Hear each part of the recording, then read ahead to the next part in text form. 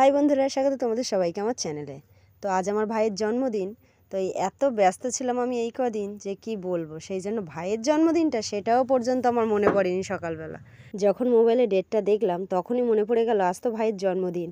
মানে সত্যি এত ব্যস্ত আমি হয়ে গিয়েছি, সেটা ধারণার বাইরে যে কী দিন বা কত তারিখ সেটাই আমার মনে রাখা এখন অসম্ভব ব্যাপার হয়ে যাচ্ছে।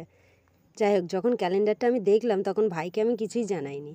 ঘড়ির কাঁটা যখন ৮টা ছুঁই ছুঁই মানে রাত ৮টা যখন বাজতে যায়, তখন আমি আমার ভাইপো ভাইজিদেরকে ডেকেছি যে ওরা তো ছেলে মানুষ, ওরা তো জানে না কাকার আজ জন্মদিন। তো আমি ওদের কাছে গিয়ে যেই বলেছি যে আজকে কাকার জন্মদিন তো ওরা ১ মিনিটও মানে অপেক্ষা করেনি, সঙ্গে সঙ্গে চলে এসেছে আনন্দ করার জন্য। তো এই যে হলো আমার ভাইজি। আমি সবাইকে ডাকিনি।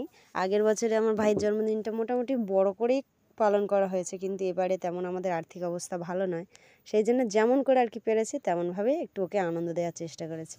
তো আমি আশীর্বাদ করে নেওয়ার পরে এখন আমার ভাই যে ওকে পায়েস খাইয়ে নিচ্ছে, পুরো একদম পাক্কা গিন্নি। পুরো মানে বড়রা যেভাবে পুরো নিয়ম পালন করে ও ঠিক সেইভাবে নিয়ম পালন করলো। নিয়ম পালন করার পর ওই দেখো কাকাকে আবার গিফট দিচ্ছে, তো কাকা নেবে না বলে চলে আবার পাশে রেখে দিয়েছে। তো ভাইজির পরে ভাইপো এলো একটু আশীর্বাদ করার জন্য, তো ওকে আশীর্বাদ মানে ও একটু লজ্জা পাচ্ছিল আশীর্বাদ করতে, সেই জন্য একটু পায়েস খাইয়ে দিল কাকাকে। ভাই তো ভাবতেই পারিনি যে আজকের ওর জন্মদিনটা পালন করা হবে, কারণ ও মনে করেছে যে আমরা সবাই ভুলে গিয়েছি। তো ওকে যখন এসে সঙ্গে সঙ্গে এইগুলো দেখালাম বা পায়েস হলো, তখনই বুঝতে পেরেছে যে না আজকের জন্মদিন হচ্ছে, এই আর কি ব্যাপার। তো মনে মনে একটু আনন্দই পাচ্ছিল, নইলে সারাদিনটা আমি বুঝে উঠতে পারিনি যে একটু মানে মন মোড়া হয়েছিল। তারপর যখন এখন এই মানে জন্মদিনের সমস্ত কিছু আয়োজন করা হয়েছে টুকটাক, তখন দেখো ওর মুখে যেন একটু হাসি ফুটেছে। তো আমাদের পরে মা এখন গিয়েছে ভাইকে আশীর্বাদ করতে।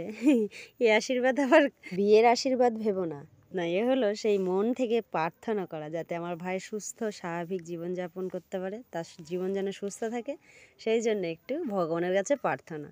তো যাই হোক, এখন মা একটু ভাইকে পায়েস খাইয়ে দিচ্ছে।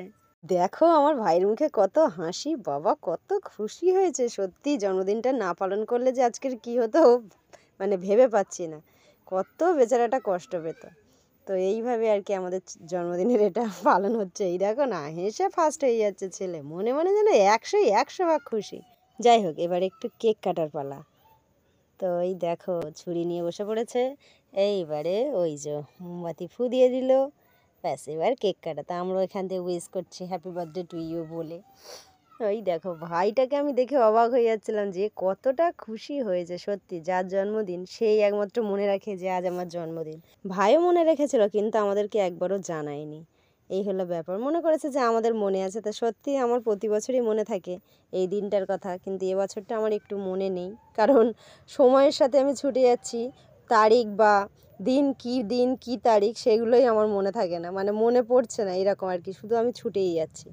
তো কেক কাটার পরে এখন মাকে কেক খাইয়ে দিল, তারপর আমাকে একটু কেক খাইয়ে দিচ্ছে। ভাই আমাকে কেক খাইয়েছে আর আমি না খাওয়ালে হয়, যেহেতু আমি একটা দিদি বলে তো কথা। প্রতি বছরের মতো এবছরও খুব ইচ্ছা হচ্ছিল ওকে একটু চোখ মুখে কেক মাখিয়ে দিই, কিন্তু ওর অবস্থা তো তেমন ভালো নয়, সেই জন্য আর কি একটু কেক খাইয়ে দিলাম। তো এখন কেক কেটে আবার ফের সেই ভাইপো ভাইজিদের কেক খাওয়াবে বলে ফের কেক কাটছে। তো এই দেখো ওদের হাতে ধরিয়ে দিয়েছে, আবার ফের গালে দিয়ে দিল। বাবাটা এখানে উপস্থিত থাকলে আরও একটু বেশি মজা হতো, কিন্তু বাবা এখানে নেই। বাবাকে ফোন করেছিলাম কিন্তু বাবা এখনো এসে পৌঁছায়নি। এখন রাত 10টা বেজে গেছে, ভাইকে আবার টাইমে টাইমে ওষুধ খেতে হবে, সেই জন্য তাড়াহুড়ো করে এইভাবেই জন্মদিন পালন করলাম। তো আজকের ভিডিও কেমন লেগেছে সবাই জানিও।